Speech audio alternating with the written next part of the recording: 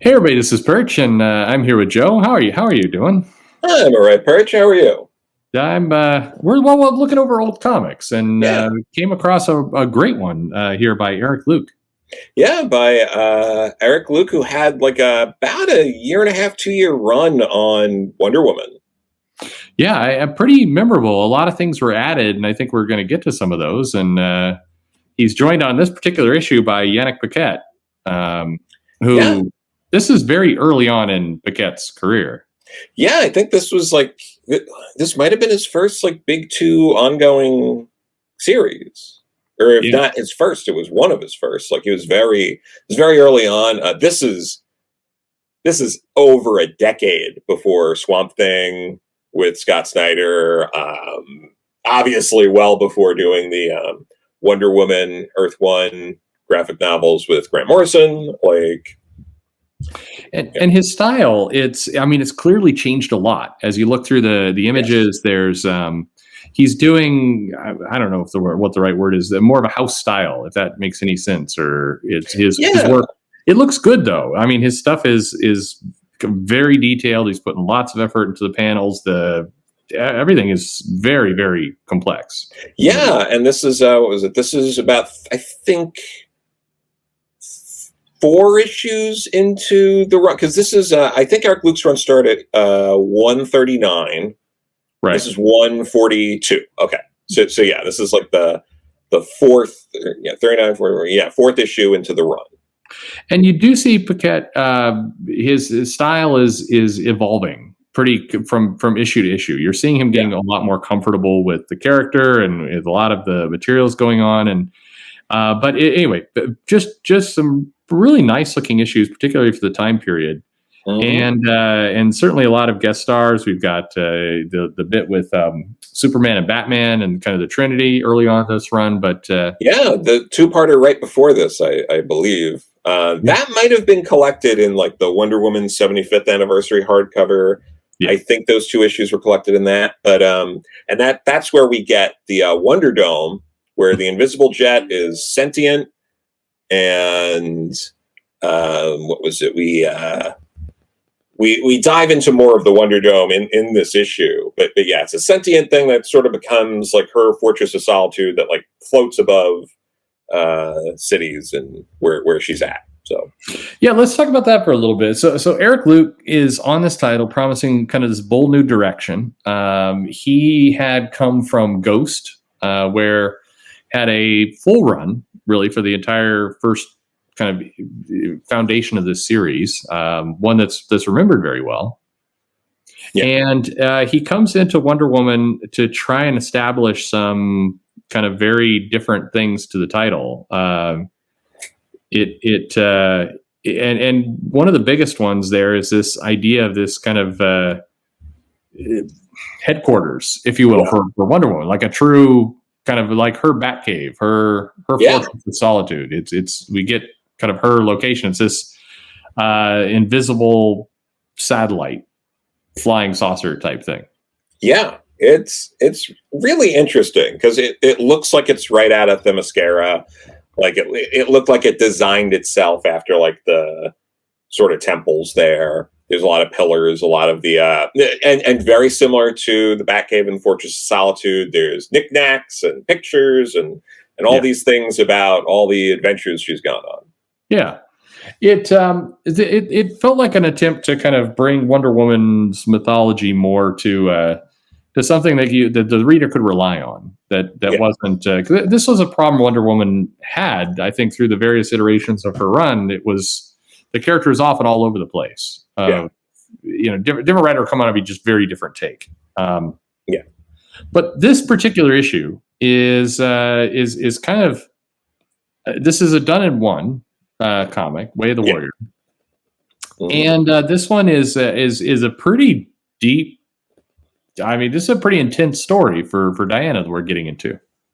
Yeah, I mean, right out the gate, this doesn't hold back. You first page, you are in the middle of a war, Yeah, and no Diana yet. Really sets up just the gruesomeness of war. And then we get, which feels a bit like a throwback to Golden Age Wonder Woman, of, Wonder Woman punching a tank.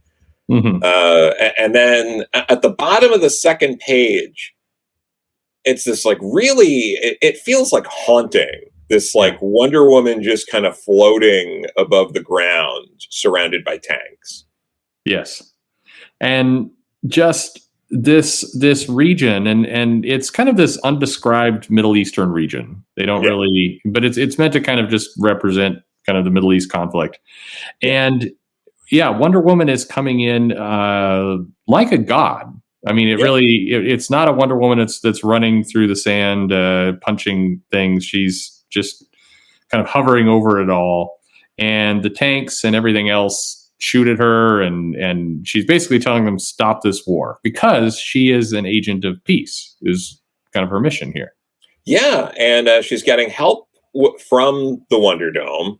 There's, again, it's very haunting. This run in general, this issue, but this run feels like a Vertigo title.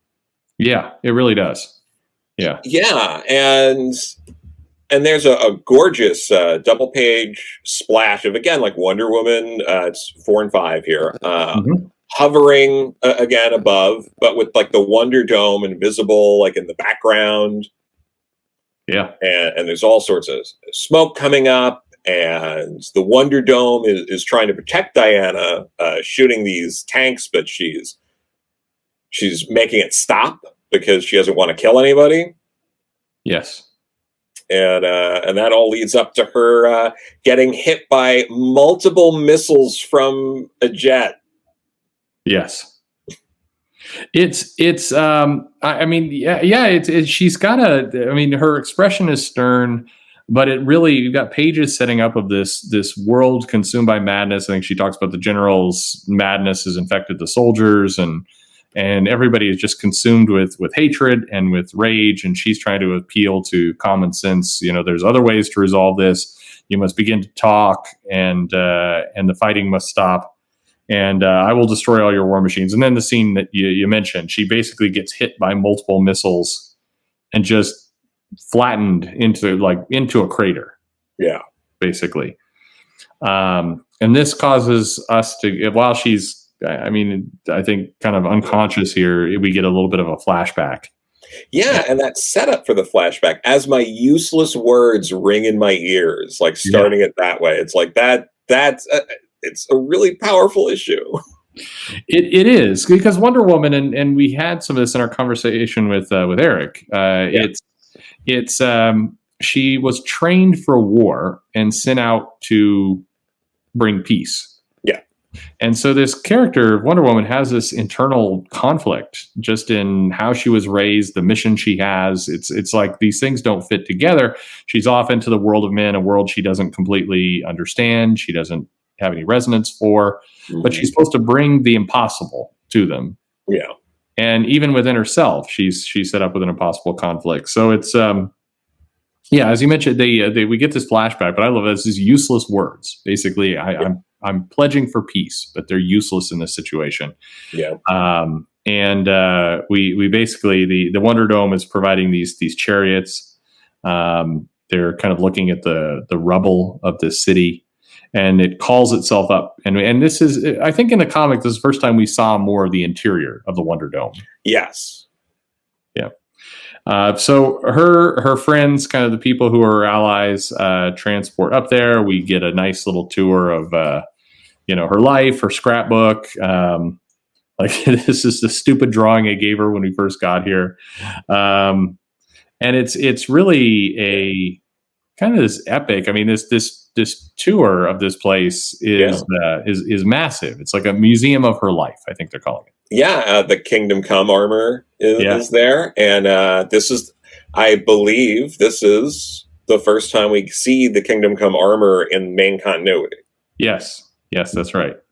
So. No, a lot of, and then even kind of some, she's collected the surviving creatures of myth there as well. So we get to see her crazy zoo.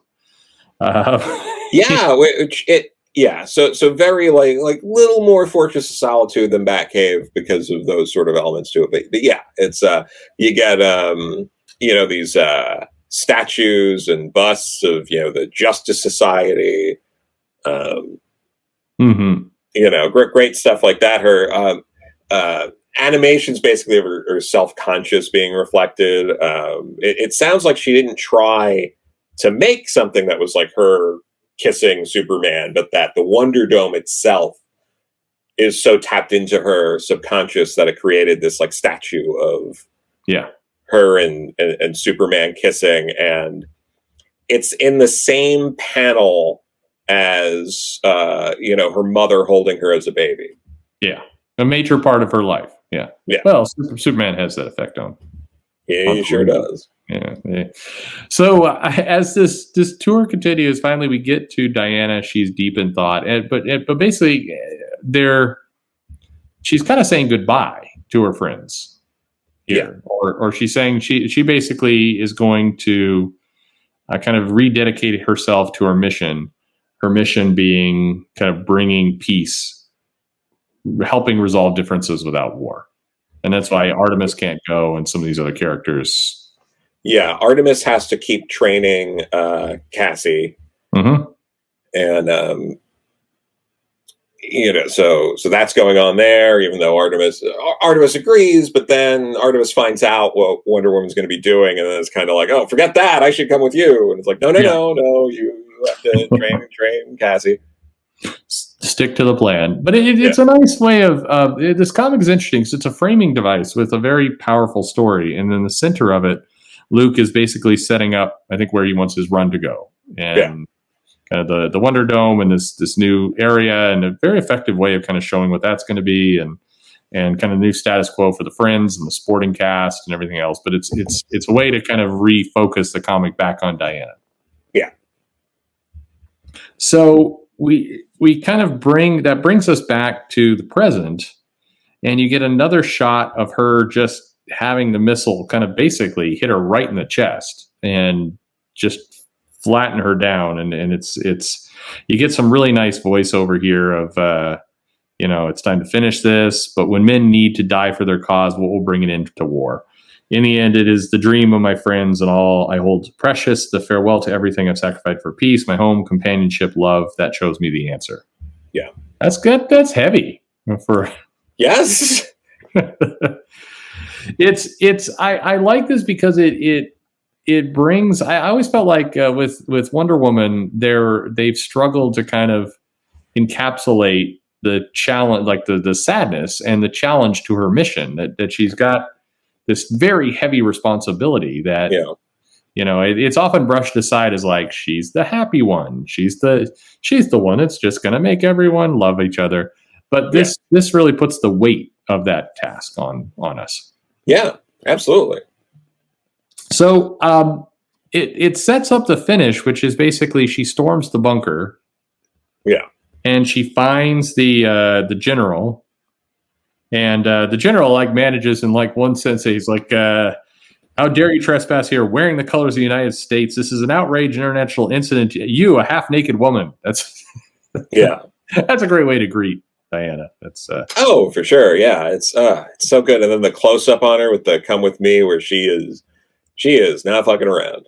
Yeah, and you could tell. I mean, that's also, they do a very good job. Paquette does a good job of making her look like she could easily just murder everyone.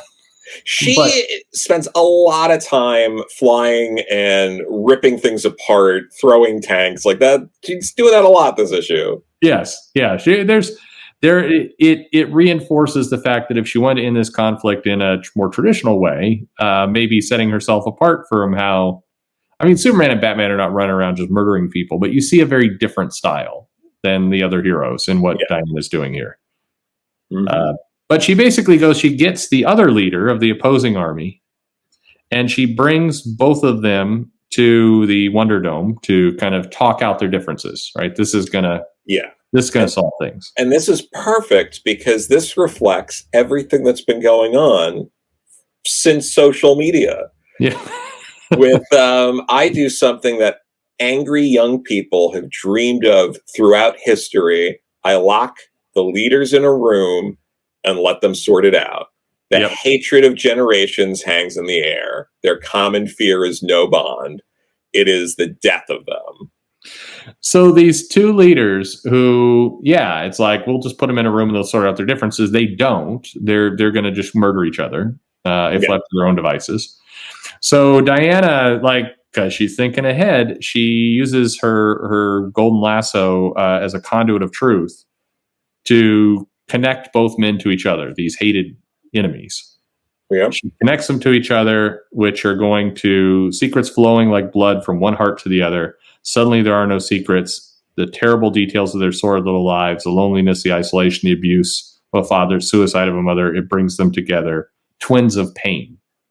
Yeah. So she reaches empathy, basically. She gets these two to see each other from a different light. And it does end the conflict between the two. It does the job. Yeah, and then it's that last page that is utterly heartbreaking because it also emphasizes that the world knows that Diana did this. Right. Because it is, after 50 years of fighting, the armistice, after 50 years of fighting, the armistice is heard round the world. My involvement is implicit. The heroism of peace is championed. Yep. Of course, I should know by now, peace is a dream. And she accomplishes the impossible. And then basically the followers of these two men, so two men have achieved peace. They've seen each other, but that has not translated to the followers who are engaged in war. And a suicide bomber or something basically comes in and kills both leaders. All traitors must die. The followers who are so involved in this warfare, they cannot let it go, scream, all traitors, meaning the people who achieve peace is a traitorous act. And these two leaders she brought together are killed. Yeah. And it's, I fight to make the dream come true. Though my hands are covered with blood, I feel the stars watching, waiting. No, not the stars, the darkness between. And in this sequence, all we see is Diana watching, holding a goblet of wine. That's seems like it's done in a way to show the blood being spilled, like when we see like the red wine crash on the ground when she drops her glass when she sees this, but we never see her reaction to it. Right. We just see the glass, or the chalice rather, or the goblet on the ground, and completely zoomed out in space around the Wonder Dome, because I guess they just could not bear to show us how Diana looked after that, and that's great. Yeah, the heartbreak and the futility, the tragedy of the situation. Yeah, it's an incredible. So to me, I reading this issue, and it's again done in one. It's powerful. It sums up a lot of things. It reminds me a lot of the Nobody Dies issue of Flash. Yeah. Except the opposite. this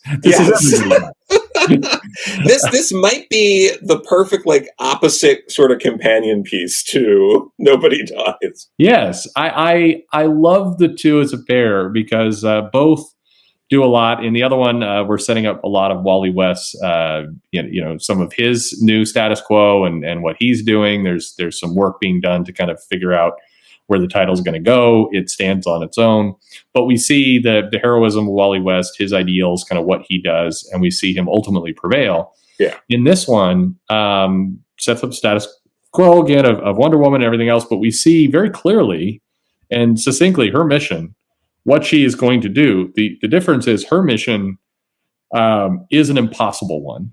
It's depressing. This is the dark twin of that other comic, but it is incredible.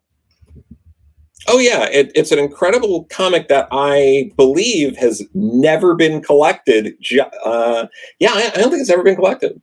Ugh.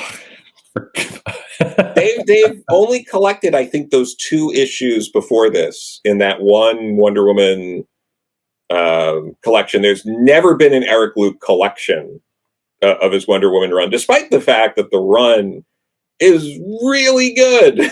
No, it really is. I mean, I know that there's some polarizing feelings about the Wonder Dome, and kind of that whole thing, and it didn't take for some people. But in terms of characterization, this one is pretty spot on. I mean, this is a really what was able to be done in, because there was a flashback in the middle, like half an issue, sums up why Wonder Woman's different, why she does what she does, why it's a very hard task, why her optimism is something that you can look forward to. I mean, rather than showing kind of a nice moment of her being successful, it's actually far more powerful to show a failure, and the fact that she keeps moving, she keeps going forward anyway. That's heroism.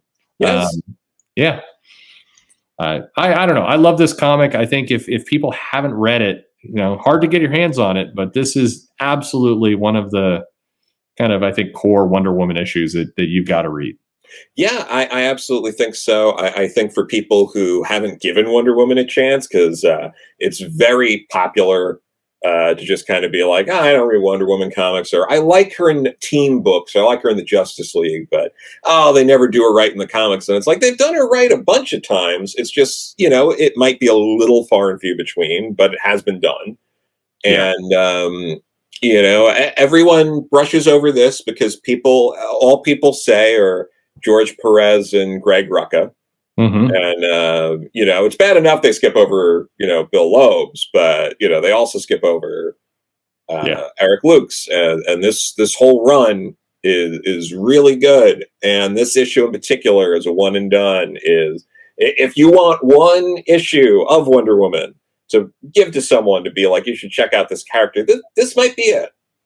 Yeah, I would say so. I think that you get a dark issue. It's a tough one, but it is Wonder Woman. It's a more serious comic. If people are, if you still have people in your life who are like, well, comics are for children, and I mean, this one is a serious, heavy comic that deals with some pretty big things, and it's a good. Like you said, this is a very good run. It's worth checking out.